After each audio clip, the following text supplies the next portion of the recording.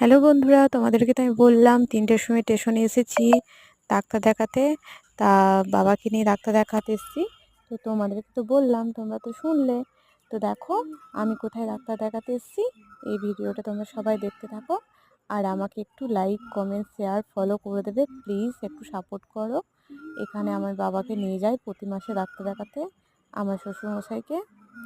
তো তোমরা সবাই মানে আশীর্বাদ করো বাবা যেন সুস্থ থাকে, ভালো থাকে। বাবা এখন সুস্থই আছে।